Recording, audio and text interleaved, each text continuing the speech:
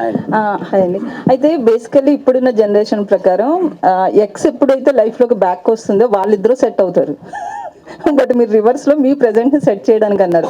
So ఈ story చెప్పినప్పుడు ఈ జనరేషన్కి తగ్గట్లుగా లేదు అనిపించలేదు?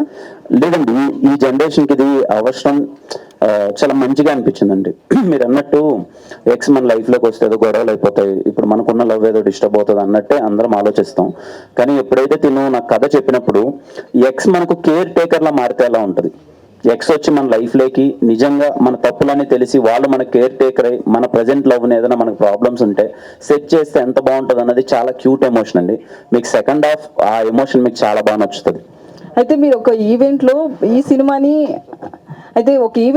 ఈ సినిమాని ఎక్స్తో చూడండి అన్నారు కదా, చాలా మంది ట్రోల్స్ కింద ఏమంటే వాళ్ళ హస్బెండ్ ఊరుకుంటాడు అనుకుంటున్నారా అని, ఇట్లాంటి ట్రోల్స్ ఏమైనా చూసారా? దాని మీద మీరు ఏమంటారు? అది చూశానండి, నేను చాలా పంపారు చూశాను.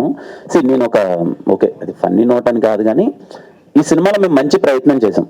మామూలుగా ఎక్స్ అనగానే మనం ఏదో గొడవలు అరుచుకోవడాలు అది కాకుండా ఎక్స్ వచ్చినా కూడా మనం వాళ్ళు మంచిగా ట్రీట్ చేయొచ్చు అనేది ఈరోజు మీకు సినిమాలో అది అర్థమవుతుందండి.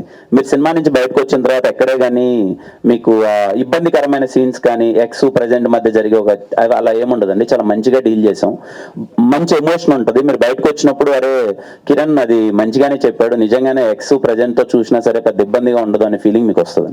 అయితే మీరు ఒక 10 మందిని అంటే హెల్ప్ చేస్తాను ఆర్థికంగా అంటూ చెప్పారు కదా, అంటే ఏ విధంగా చేస్తారు? బేసికలీ ఏంటంటే హీరోలు కావచ్చు, చాలా మంది ఇట్లా స్టేజ్ల మీద చాలా మంది చెప్తుంటారు ఇట్లా చేస్తా అట్లా చేస్తా, బట్ దాన్ని ప్రూవ్ చేసుకున్న ఆర్టిస్టులు కొంతమందే ఉంటారు. సో మీరు ఇచ్చిన స్టేట్మెంట్ ఎంతవరకు బిలీవ్ చేయొచ్చు అంటారు? ఎట్లాంటి సాయం చేస్తారు? నేను ఆల్రెడీ చేయడం స్టార్ట్ చేసిన తర్వాతే ఈ మాట చెప్పానండి. I mean the process. నేను ఆల్రెడీ కొన్ని చేస్తున్నాను, అది ఎలా ఏంటి అన్నది వీఆర్ వర్కింగ్ అవుట్. ఎలా చేస్తే రైట్ పీపుల్కి అది రీచ్ అవుతుంది, ఎవరికి పడితే వాళ్ళకి కాకుండా రియల్లీ ఎవరైతే ఇంట్రెస్టెడ్ ఉన్నాడో రైట్ పీపుల్కి. ఎందుకంటే చాలా మంది అప్రోచ్ అవ్వచ్చు, కానీ మనం అందరికీ చేయలేము, మన పరిస్థితి కాకపోవచ్చు. కానీ ఎవరికైతే చేస్తున్నామో ఒక రైట్ వేలో చేద్దామన్నది మేము ప్లాన్ చేస్తున్నాం. అది ఏంటి అన్నది త్వరలో నేను ఎలా ఏంటి అన్నది ప్రాసెస్ నేను చెప్తానండి. బట్ మేము already we started something and content oriented సినిమాలు చేసి సక్సెస్ కొట్టడం ఒక ప్రాసెస్, కమర్షియల్ సినిమాలు చేసి ఆ సక్సెస్ కొట్టడం వచ్చే కిక్కు అది వేరు. సో అంటే మీరు ఈ రెండో పాయింట్ విషయంలో ఎక్కువగా ఆశిస్తున్నారు, ఈ కమర్షియల్ ఫార్మాట్లో సక్సెస్ కొట్టాలి, ఆ కిక్ ఆస్వాదించాలి, అది ఇంకా మనకి ఇంకా మిగిలే ఉంది అని చెప్పి ఆ లోటు ఏమన్నా మీకుందా ప్రస్తుతం? అలా ఏం లేదు సార్, ఆ లోటు ఏం లేదు. ఆ లోటు ఎస్ఆర్ కళ్యాణ మండపంలోనే తీరిపింది సార్. ఎస్ఆర్ కళ్యాణ మండపం is a proper commercial film, అదేం లేదు.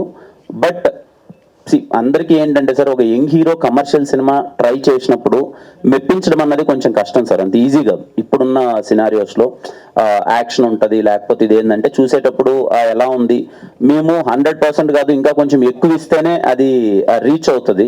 ఐ హోప్ మీకు దిల్రుబా సినిమాలో నేను ప్రయత్నించిన ప్రతి ఫైట్ కావచ్చు, లేకపోతే ఈ చిన్న కమర్షియాలిటీకి తగ్గ ఆస్పెక్ట్స్లో నేను కనిపించింది ప్రతి ఒక్కటి నేను మిమ్మల్ని ఇంప్రెస్ చేస్తానని నేను అనుకుంటున్నాను సార్. Let's see. అంటే కొంచెం ఎగ్జామ్ నడుస్తూ ఉన్నాయి సో ఈ సీజన్ అనేది కొంచెం అన్సీజన్ లాగానే కనపడుతుంది. కొంచెం ముందు వచ్చి ఉంటే, అంటే మీరు ముందు చెప్పినట్టు February 14th వచ్చి ఉంటే బెనిఫిట్ అని ఉండేది అంటారు ఎట్లాగా?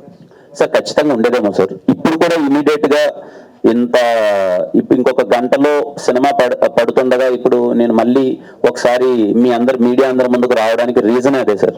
అందరూ ఏంటంటే ఈ సీజన్ ఇలా ఉంది కదా, ఏంటి సినిమాల పరిస్థితి, థియేటర్కి వచ్చి అందరూ చూస్తారా, ఇది ఎగ్జామ్స్ అనే సీజన్ ఉంది. మేము ఎందుకు వచ్చామంటే యాజ్ ఎ యంగ్ టీమ్ మేమందరం ఒక కొత్త ప్రయత్నం చెప్పాం, ఒక కొత్త కాన్వర్జేషన్స్ చెప్పాం. సినిమాలో చెప్పిన పాయింట్ కూడా ఒక మెసేజ్ కూడా చాలా కొత్తగా ఉంటుంది. మా ప్రయత్నంలో అయితే లోపం లేదు, మేము చాలా మంచిగా తీసాం. అందుకే మళ్ళీ మిమ్మల్ని ఒకసారి ఇదిగో సినిమా రిలీజ్ అవబోతుంది, మేము మంచి సినిమా తీసాం, మీ టైంని వేస్ట్ చేయం, మీ మనీని వేస్ట్ చేయం, please come and watch in theatres అని చెప్పడానికే ఇప్పుడు మళ్ళీ ఇంకొకసారి మేము ముందుకు వచ్చాను సార్. బేసిక్గా సమ్మర్ సీజన్ అంటేనే సినిమాల సీజన్ లాగా ఉండేది, అలాంటిది ఇప్పుడు సమ్మర్ సీజన్ అంటే IPL అయిపోయింది. మీరు కూడా మన క్రికెట్ మ్యాచ్ చాలా ఆస్వాదించారు, ఫైనల్ కూడా వీడియో చూసాం. సో అంటే ఈ సినిమాల వ్యవస్థ ఇప్పుడు క్రికెట్ వల్ల చాలా ఎఫెక్ట్ అవుతుంది మన సినిమాలో అని చెప్పేది ప్రధానమైన ఒక ఫిల్మ్ మేకర్గా కానీ ఒక ఆర్టిస్ట్గా కానీ సమ్మర్ సీజన్ అనేది సినిమాలకు దూరం అయిపోతుంది అని చెప్పేసి అని అనిపిస్తుందా మీకు? ఏమో సార్, నేను నిజంగా దాని గురించి పెద్దగా ఆలోచించలేదు సార్. నా సినిమా ఎప్పుడైనా సమ్మర్లో పడి కొంచెం ఇబ్బంది పడితే అప్పుడు తెలుస్తుందేమో నాకు. ప్రస్తుతానికి అయితే అంత ఆలోచించలేదు సార్ దాని గురించి. హాయ్ కిరణ్ గారు.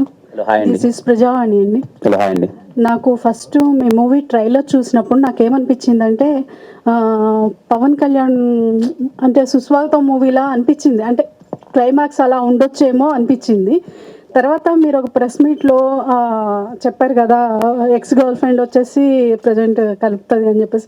ఆ మూవీ చూసి అది విన్న తర్వాత నాకు జల్సా మూవీ గుర్తొస్తుంది. ఏమన్నా ఉంటుందంటారా అలా? లేదండి, వాటితో ఆ సినిమాలతో ఏ పోలిక ఉండదు. ఇది తీసుకున్న కథ కానీ డ్రైవ్ కూడా చాలా కొత్తగా ఉంటుందండి, దాంతో ఏం సంబంధం ఉండదండి. సారీకి థ్యాంక్స్కి కొత్త డెఫినేషన్ అయితే ఇచ్చారు మీరు, అది ఎలా పేలిందంటారు? సారీ థ్యాంక్స్ అనే పదాలు వాడకూడదు అన్నది హీరో నమ్మిన సిద్ధాంతం అండి. నేను ఇది ముందు నుంచే ఎందుకు మీకు చెప్తున్నాను అంటే, ఇది మేము సినిమాలో క్యారెక్టరేషన్ ఇలా బిహేవ్ చేస్తుంది అన్నది నేను ముందే మీకు ఇంజెక్ట్ చేయడానికి చెప్పాను. అండ్ మీన్ వెల్ దానికి మేము స్వీట్గా క్యూట్గా క్లైమాక్స్లో ఒక ఎక్స్ప్లెనేషన్ ఇచ్చామని. వాడు ఎందుకు ఇలా చేస్తున్నాడు, ఎందుకు చెప్పడం అన్నది will have a proper justification. అది మీరందరికీ చాలా కన్విన్సింగ్గా చాలా బాగా నచ్చుతుంది. ఓకే కిరణ్ గారు, ఆల్ ది బెస్ట్.